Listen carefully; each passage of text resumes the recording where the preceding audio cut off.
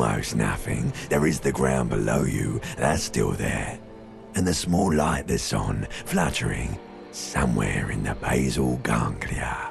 That's me. Blue eyes, that's me. Who was what? He speaks of the sickening longing, the unwell emotion. Even in the darkness, he's grasping for it. Still trying to hold on to the great sorrows slipping in the water. Slimy.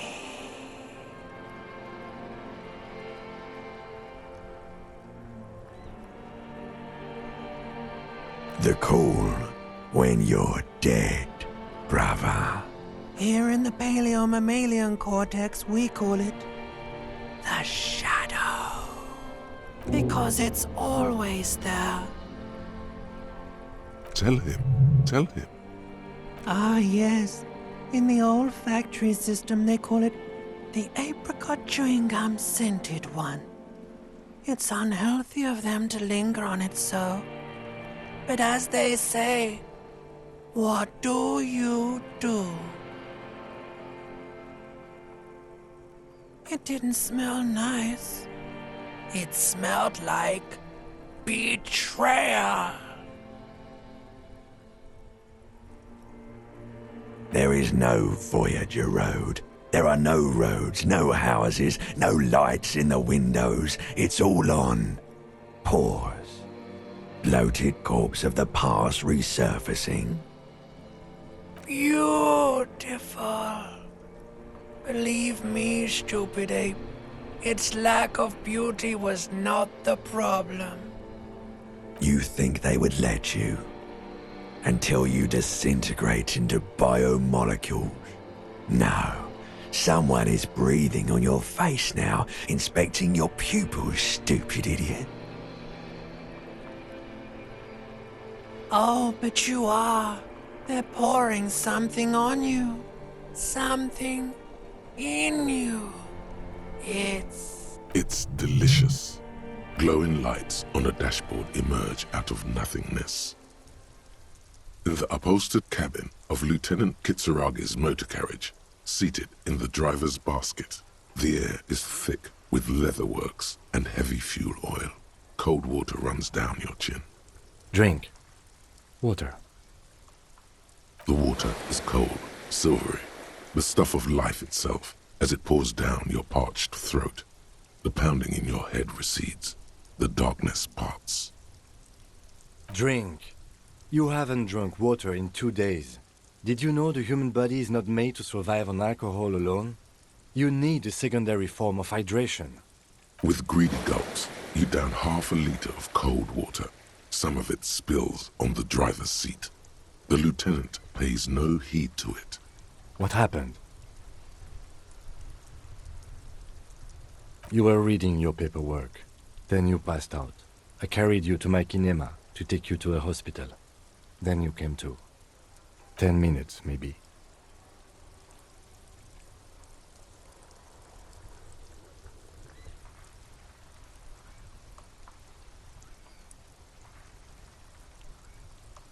Right.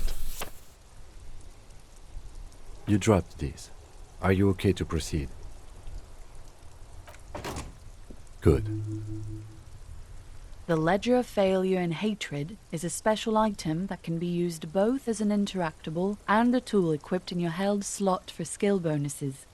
Find it under the Tools tab in your inventory.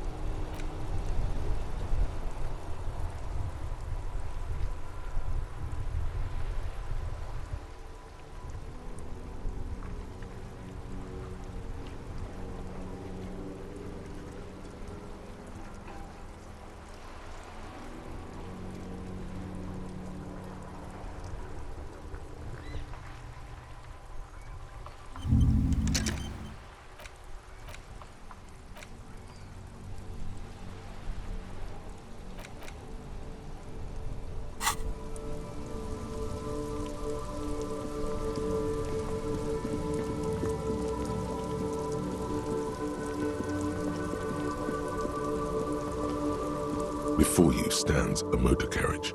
The bodywork is covered in blue and white livery, bearing the number 57. Vapor emanates from the large engine on the back of the vehicle. It hasn't had time to cool off yet. This must be the infernal machine that tore you from oblivion. In the cabin, you are welcomed by a set of steering levers, a radio microphone on a hook, a pull-out toolbox under the seat, and the soft glow of the fuel preheater gauge. A scent of leatherwork and heavy fuel oils washes over you. All right. Ready? I turn, you press start. It's next to the preheater. He's downplaying his excitement. The lieutenant is more than happy to show off his precious carriage.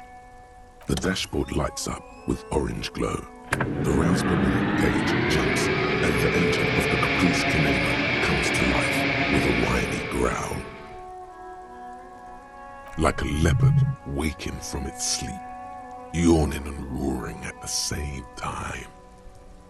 The lights unfold with a little click, casting electrical light onto the ground before the vehicle. There you go. I'll turn them off from the remote once you're done. We just need to stand in front of the machine now. The frequency tableau lights up, and the green button labeled Prime Line glows like a feline eye. And then you hear something. The soft purr of electrical kittens, radio waves cast far and wide over the metropolis. A woman's voice greets you through the static. This is Precinct 57. Hello, Lieutenant. How may I assist you? Hello, Alice. Please assist our colleague from the 41st Precinct here. I'm putting him on. Operating the radio is easy. Just be confident. You've probably done it 1,000 times.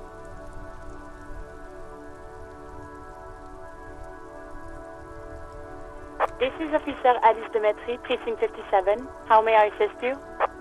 Under the green Prime Line, a yellow saved button catches your eye. You wonder what the lieutenant's default radio station is. Just a second, officer. 10-2, 10-5. This is 41st. Come in. Over. A scrawny old man sits in a dusty cubicle, smoking, with a large white rectangle sewn on his vest. In front of him is a box-shaped apparatus with an array of wires and antennas. The radio switchboard. 10-4, what's your status? Over.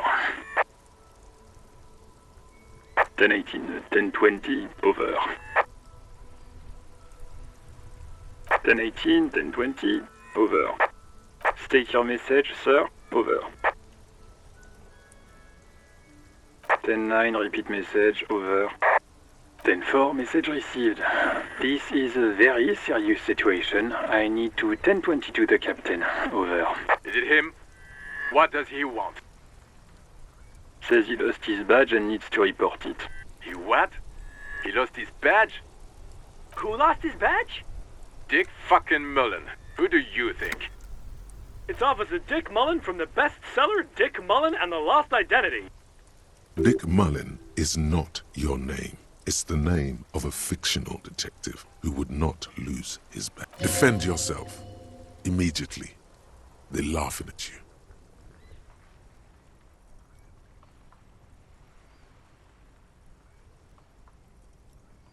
10-4, I hear you, officer. I'm just going to make a note here that you are in pursuit of your misplaced badge. Over. Fuck me. Mac, come here. You've got to hear this. Dick Mullen lost his badge. What's going on? Super Cop here lost his badge. He lost his what now? His badge. He lost his goddamn fucking badge. 10-9, come again. I didn't get that. Over. New heights even for Captain Sober. Ask him. Ask him if he's lost his gun too. Sergeant Orson wants to know if you lost your gun too. Over. Check your pockets. Check your... Holy fuck. You don't know where it is, do you? No. It's gone. It's not fucking on you. Don't sweat it, Bratan! You don't need a gun to have fun! We can still have fun! It's not all over! 10-9, come in, officer. Did you get my question? We were wondering about your gun. Over. 10-1, you're breaking up. 10-9, repeat please. Over. 10-9, come in, officer. Over. Come in, officer. 10-9, repeat message please.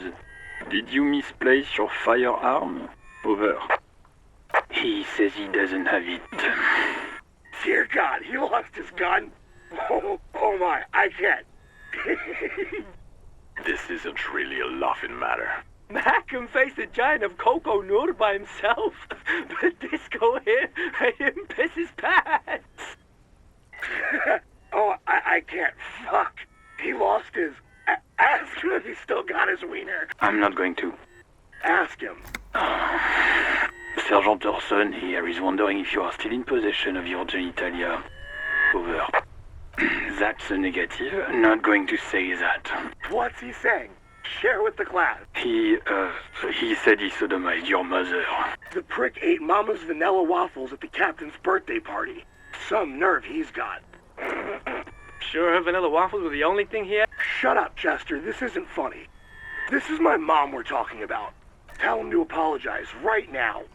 Sergeant Orson requests that you apologize for the claims you made about his mother. Over.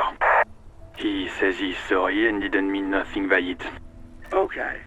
Tell him To find his goddamn badge and gun. That's the only thing that matters here. Satellite officer VIP. 10-4, affirmative. Officer is in pursuit of his firearm. Oh, God, Officer, do you need further assistance? Over. 10-4, I hear you. I don't have the authority to grant your request, but... What does he want now? He's asking for money. Is he fucking kidding? I don't think he is. Don't give that asshole anything. He's just gonna drink it all. Alright, that's a negative on the additional funds, sir. Over. He says he's in trouble, doesn't have a place to sleep. Well, I guess he'd better crack the case before sundown then. Vicmar said...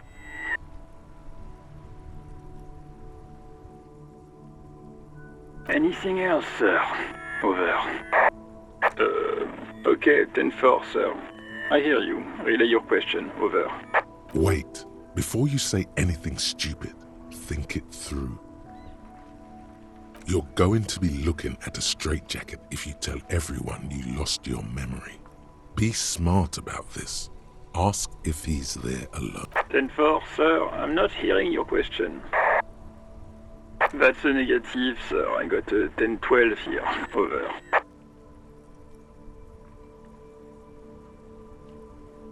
What? What is it? He's still on the line? He wants to verify the information on his badge. But of course, it says Dick Mullen, High General of the Revacholian Cavalry Force. Tell him to stop wasting time. What do you need, sir? Over. Understood, sir. Over. Roger that. 10-10. Over and out.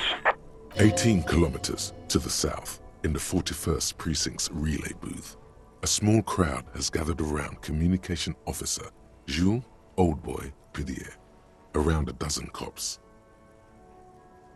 The small room is filled with cigarette smoke, abuzz with laughter, when Officer Judith Minot enters. Her left arm is in bandages, and her hair trimmed short. What is going on here? Did something happen? What happened is my partner made contact. It's not good. He's lost his badge and his sidearm. He seemed confused, delirious even. Mac, the torso Torson, is finger-fucking his fist, laughing hoarsely and apparently telling some dirty story to his partner, Chester McLean, near the entrance. Yeah, Mullen was fucked, all right. Sounded fucking drunk to me. Yeah, Mac's right. This was some gnarly shit there. I mean, before he started begging for money, it was... Enough! None of this is funny. It's fucking sad. That's what it is. He's a cop. He's one of us, goddammit. Eighteen kilometers to the south, in the 41st Precinct's relay booth, a small crowd has gathered around Communication Officer Jules Oldboy Pidier, around a dozen cops. 18 kilometers to the south, in the 41st Precinct's relay booth, a small crowd has gathered around Communication Officer Jules Oldboy Pidier, around a dozen cops. The small We must help him. Yeah? How do you fucking plan to do that, huh? Get him off the drink? Go jogging with him in the morning and get him on carrot juice? He's a lost man. I just know we can't give up on him when he's at his weakest. He wouldn't. Mac, man the door. You know what he told me? I don't want to get better. I want to get worse. Those were his words. This shit does not leave this room. Not a word of this to the captain. Or anyone else. We'll give him a couple of days to pull his shit together. I guess I can hold off the report for a few days. Good. Okay, everybody. Nothing but a prank call here. We all got our laughs. Now get back to work. Far north, on the other side of the motorway, the officer quietly hunches with his hand in the motor carriage. A metallic drawer slides out from under the seat and clicks into place. The tools inside are neatly organized. Take what you need, officer. It's going to be a long case. I'm not protective of my tools, like some men are. He's clearly a little protective of his tools. But what can you do? The pry bar feels nice and cold in your hand, heavier than you'd think. Useful for opening all sorts of doors and lids. The handles are long and sleek. Snap, snap, go the cutters in your hand. You can do good work with these. Cut chains, locks, and ropes, especially belts. It's robust, weatherproof, and well-made. Police issue, blue. Lets you see things in the dark you would otherwise miss. The pull-out toolbox slides back into its nest. Preheater gauge casts a warm glow on the steering levers and the radio on its hook. The white suede feels luxurious under the touch, and the metal clutch handle so very familiar in your palm. Your fingers waste no time closing around the handle. Clutch disengaged. Release the handle. Clutch drops. Right foot yearns for the familiar touch of the accelerator pedal. You have synced with the machine's mechanical circulation. You feel an uninterrupted connection to the mechanics. After a while, you realize silence is your only answer. Do what you will with it. Of course it's only in your head. Of course it is. But it almost feels as if the clutch handle is gently squeezing back. The smell of freshly treated leather, the lack of dirt and dust on the dashboard, and a neat little brush in the cup holder, all seem to be whispering, "I'm good, cherished and cared for, in the hands of a tending owner." At the bottom of the sea. So strange. The machine is not on the bottom of the sea at all. It's right in front of you, well kept. Why did it say that? A dark feeling. This is going wrong. Let go of the clutch. The handle is pulled back. Somewhere deep inside the drivetrain, the disc is mated to the flywheel again. In the cabin, you see a set of steering levers, a radio on a hook, a pull-out toolbox, and... This is the Couperise Kinema, my motor carriage. You can use the toolbox and the radio if you'd like. Motor carriage, motor carriage. Something bad with a motor carriage. A dark lump rises in your throat.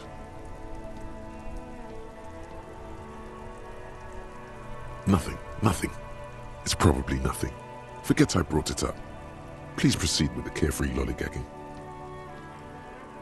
No, I'm afraid not. We have a murder case on our hands, remember?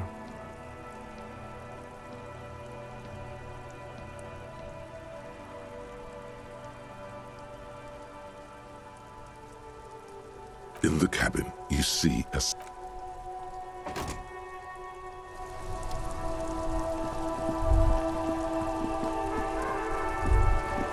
As you hold your ledger's clip under the headlamp, an iridescent hologram appears.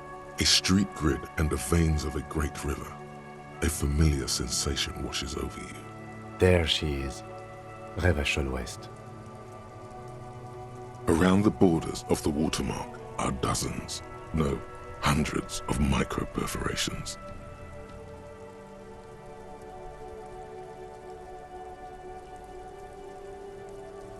The rectangular watermark is overlaid with the logo of the RCM, and yet the major arteries of Revachol are all recognizable. They shimmer in the Kanema's headlights. A rat brazenly darts past you and disappears amongst the stopped lorries. In the distance, a child somewhere shrieks. A woman reprimands her in a voice no quieter than the child's cry. Ah, Martinez. Let me see. Right here.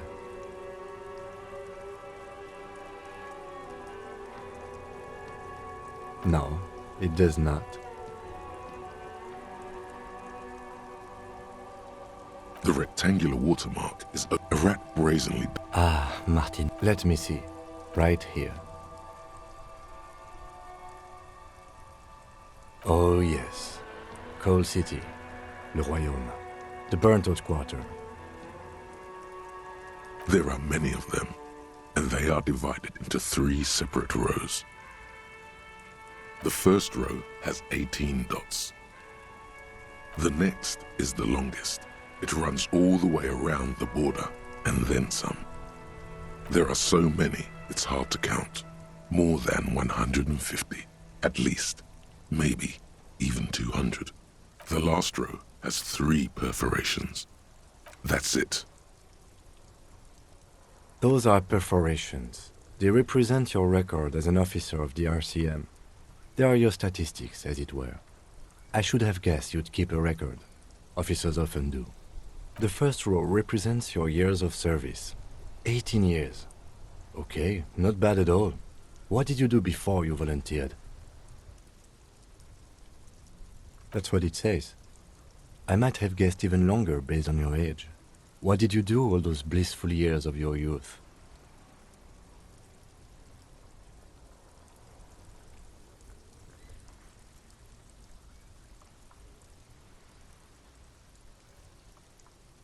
Fair point. Let's move on, shall we? This next row, the one that wraps all the way around, is your number of closed cases. Closed is good. It means finished. You've got, let's see... Wow, more than 200! It's quite a lot, even for someone who's been on the force for nearly 2 decades. Usually, clearing more than 10 cases a year puts you in the 90th percentile of all RCM officers. Call it what you want. You were a valuable member of your precinct. Now, let's look at the last row.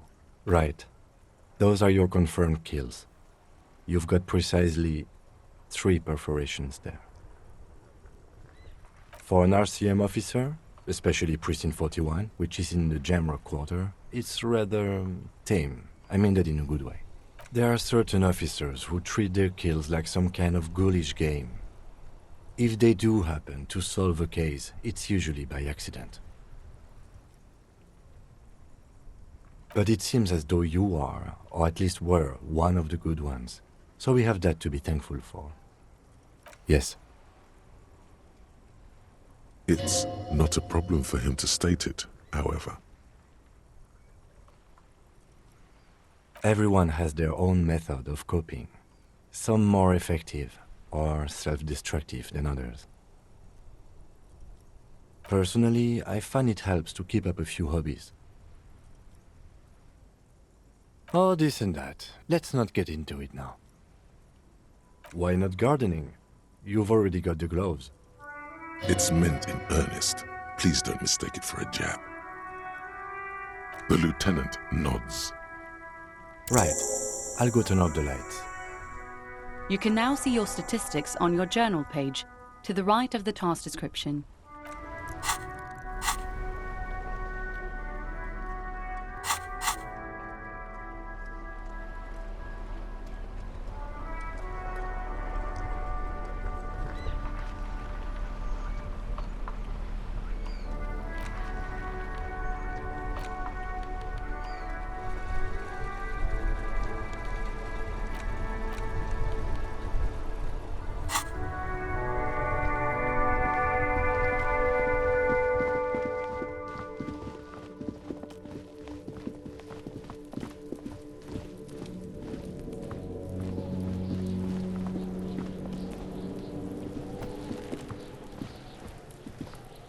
There he still is, looking right through you with his white eyes. The body below is it. The ammonia only makes it worse. The combination forces tears out of your ducts.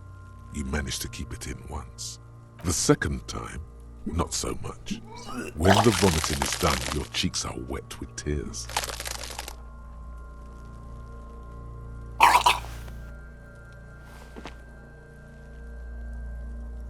Nor does the wind right now. The weight is reassuring, like a crenel on solid fortification. Pat, pat, pat. I've seen strong men turn themselves inside out for hours. You are facing tough odds here. Alcohol withdrawal makes it considerably harder.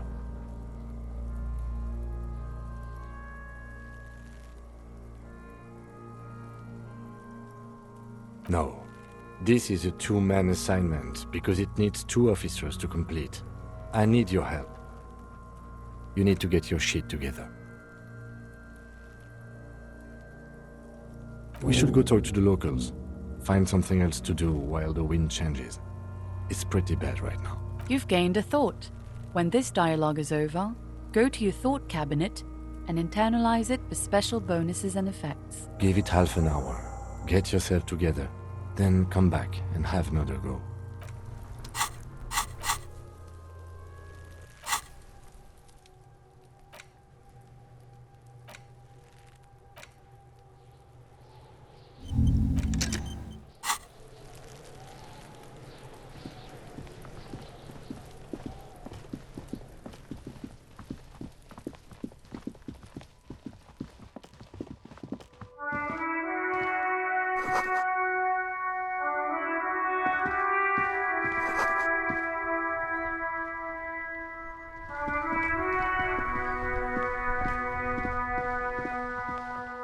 Hello, sir. Step right in. The store is open.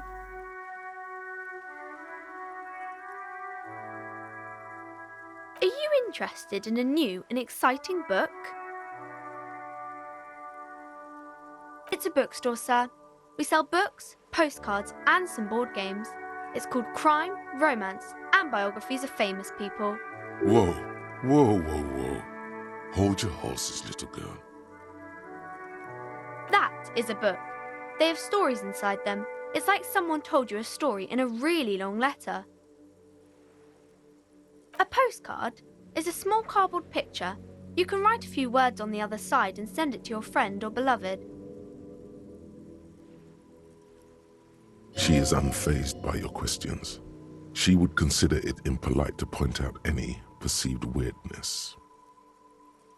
Board games are like little games on a table, made to pass the time. There are several different ones, but sailors here mostly buy cards.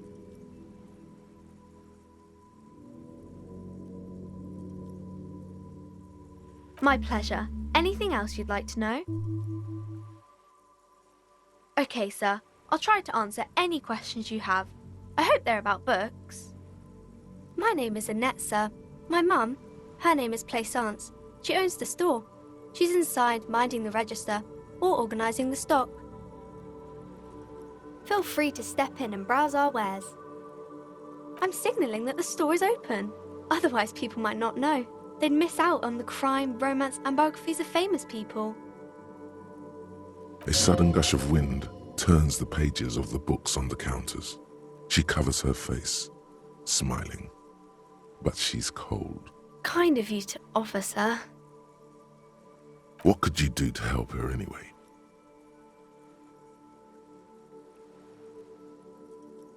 Oh no, sir. I'm happy to help Mum by luring in customers. Besides, I have some hot juice in my vacuum bottle to keep warm.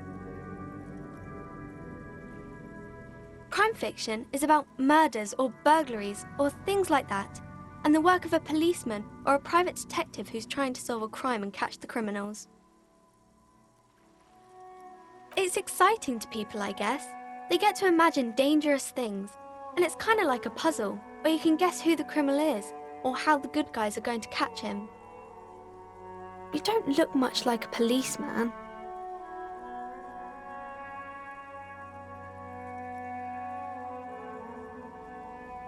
Didn't mean to offend, sir. Sorry, sir. It's just that you don't look like Dick Mullen.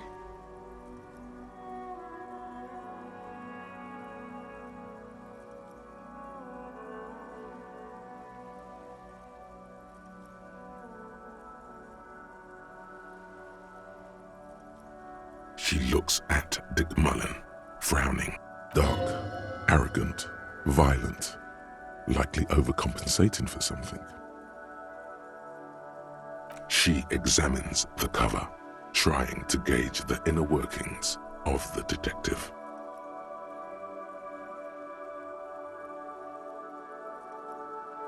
Of course not, sir. He's just a fictional character. He'll be no match for you. Maybe you can show me some real police work, sir. Like in the books.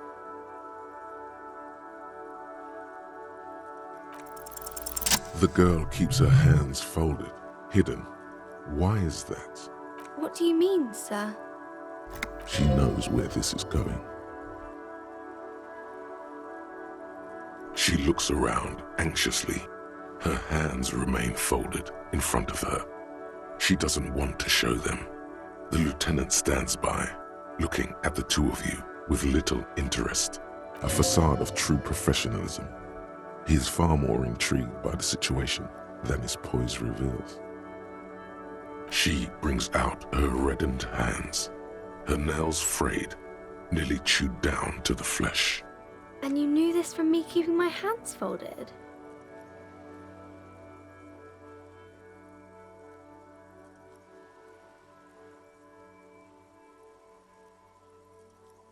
Well, that proves nothing. Anyone could do an easy deduction like that.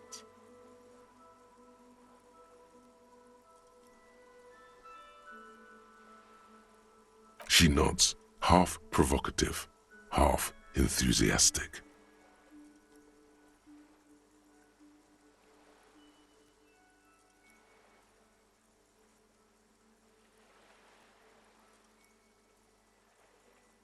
Maybe so, sir.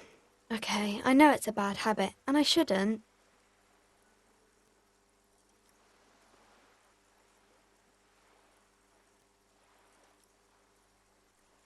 It was okay, sir. There's more that can be achieved here. Ask her to do the same. You're quite sober. The lieutenant does not flinch at the comment. He does not flinch even a single bit. He is intensely not flinching. It takes effort.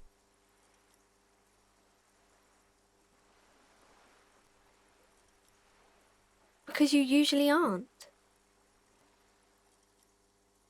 I'm sorry, sir. I hope things get better soon. There she stands, swaying on her feet, assaulted by the early spring breeze. She smiles at you. The whole situation suddenly feels familiar, somehow. I do my studies at home at the moment. I have to help Mum keep this place running. Mum says it's necessary to do both because it builds character. Mum says a proper worker is dutiful. That's how you get ahead in life. You succeed. There is stress and unease behind these words. She's reciting etiquette. Mum says it's peachy. She was a little afraid at first. There's talk about this house being cursed. Behind her, the window has been boarded up. You sense the boards creaking, twisting for a second, and some kind of doubt in her tense shoulders.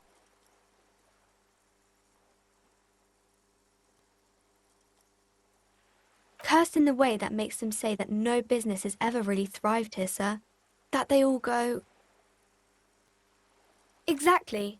But we've been doing fine so far.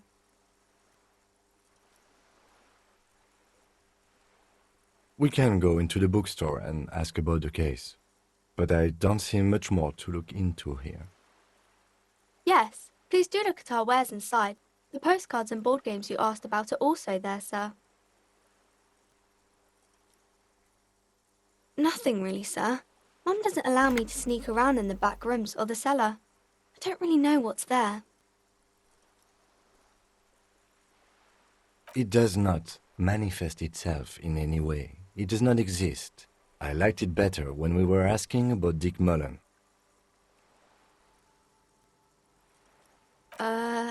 Anything else you wanted to talk about, sir? Maybe I can tell you about some of our books instead. You have absolutely no idea. Familiar? How? You must have forgotten something you heard again.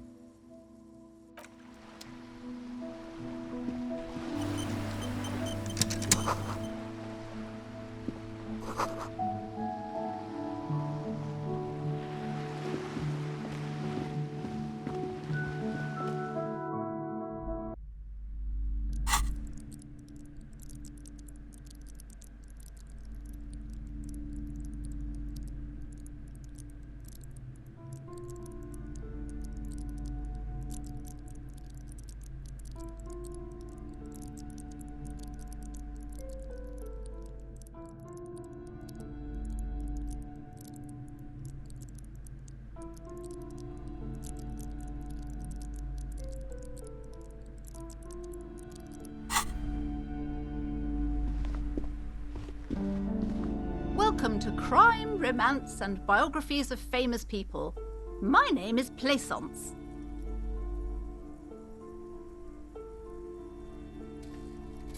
Be welcome, and please take responsibility for the energy you bring into this space.